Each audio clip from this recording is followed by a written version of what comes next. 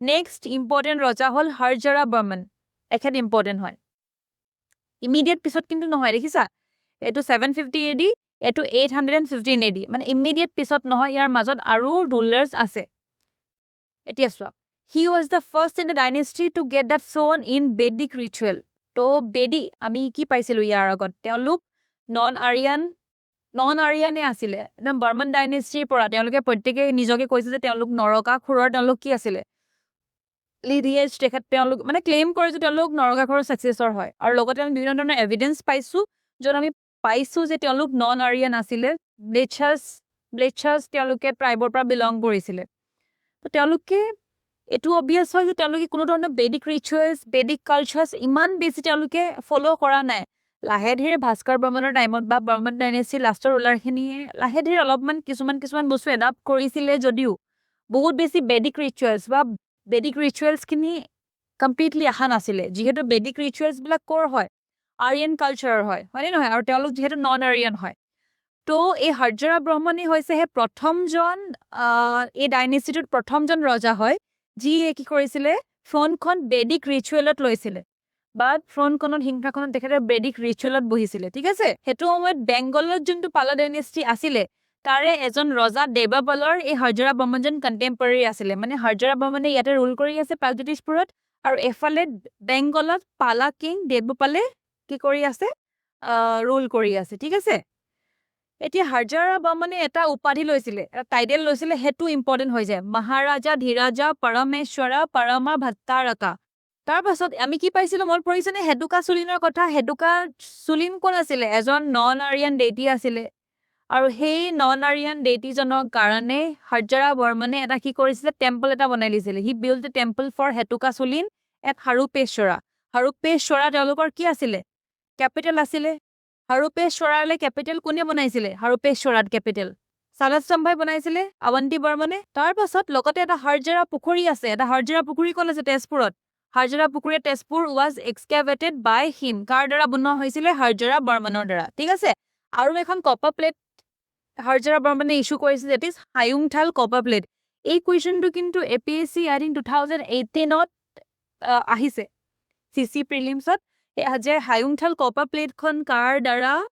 Issue কৰোৱা হৈছিলে ঠিক আছে এইটো মনত ৰাখিবা হায়ুংথাল কপাৰ প্লেট ৱাজ ইছ্যুড বাই হৰজৰা বৰ্মন আৰু লগতে তেজপুৰ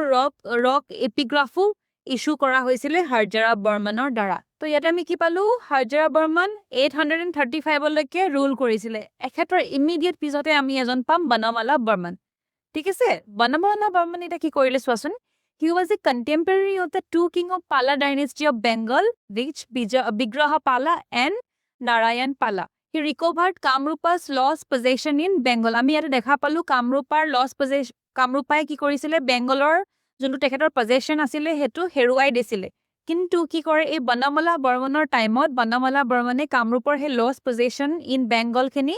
আকৌ ঘূৰাই লয় ঠিক আছে এই নাৰায়ণ পালাৰ সময়ত He assumed the title Parameshwara Param Bhattaraka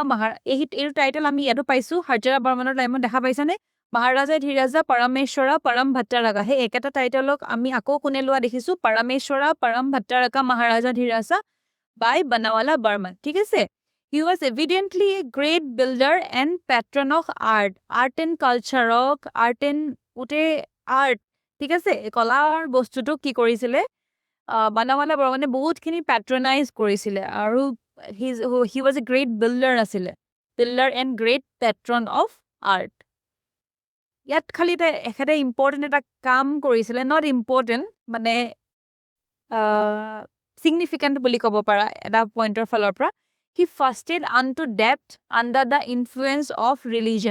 ৰিলিজনৰ ইনফ্লুৱেঞ্চত মানে আমি এইটোৱে বস্তু ইয়াতে চাব বিচাৰিছোঁ যে ৰিলিজনে কিমানখিনি ইম্পেক্ট পেলাইছিলে লাহে ধীৰে ৰিলিজনে কিমানখিনি ইম্পেক্ট পেলাবলৈ লৈছিলে যে ৰিলিজনৰ ইনফ্লুৱেঞ্চত আহি পেলাই তেখেতে কি কৰিছিলে হি ফাষ্টেড আনটু ডেথ আৰু মেইনলি এইটো বস্তু তেখেতৰ ছান জয়মালাক লৈ কিনে আছিলে ঠিক আছে আৰু তেখেতৰ ছান আছিলে জয়মালা বা জয়মালা বৰ্মন আৰু বা তেখেতক বীৰ বাহু বুলিও জনা যায় এইটো বস্তু মনত ৰাখিবা জয়মালা কাক বীৰ বাহু বুলি জনা যায় ডেট ইজ জয়মালা জাষ্ট বালা বৰ্মন 3টো মনত ৰাখিবা একদম বালা বৰ্মন ফাৰ্ষ্টজন বা বালা বৰ্মন অকল বালা বৰ্মনটো আছিলে বৰ্মন ডাইনেষ্টিক দেন বালা বৰ্মন 3 তেখেত আছে Salastamba dynasty. A land granted by him to a Brahmin named Sutridhar of Dijna district or Dijna Bishaya. ঠিক আছে মানে বৰ্তমানৰ এখন বাংলাদেশৰ ৰিজন হয় দিনাজপুৰ in his inscription এতিয়া আৰু এখন ইনস্ক্ৰিপশ্যন পাম বালবৰ্মন 3 এ ইস্যু কৰোৱা ইনস্ক্ৰিপশ্যন কল হৈছে নগাঁও ইনস্ক্ৰিপশ্যন দেখিছা Nagaon inscription in his inscription Nagaon inscription he is described as a king who conquered all the rulers in contest by his own arms তেখেতে নিজৰ আৰ্মৰ দ্বাৰাই निजोर बाहुबल से अपनी बाहुबल से उन्होंने किया था बहुत सारे किंग को बहुत केजन रूलर की কৰিছিলে কনকুয়াৰ কৰিছিলে বা সবকে মানে হৰুৱাই দিছিলে বাল্লবৰ্মনৰ পাছত আমি ইমানকে সালাস্তম্বা ডাইনেষ্টিৰ ৰুলাৰৰ কথা ইমানখিনি নাজানো জাস্ট আমি এটৱে জানো যে সালাস্তম্বা ডাইনেষ্টিৰ লাষ্টৰ কিংজন আছিলে ত্যাগা সিনহা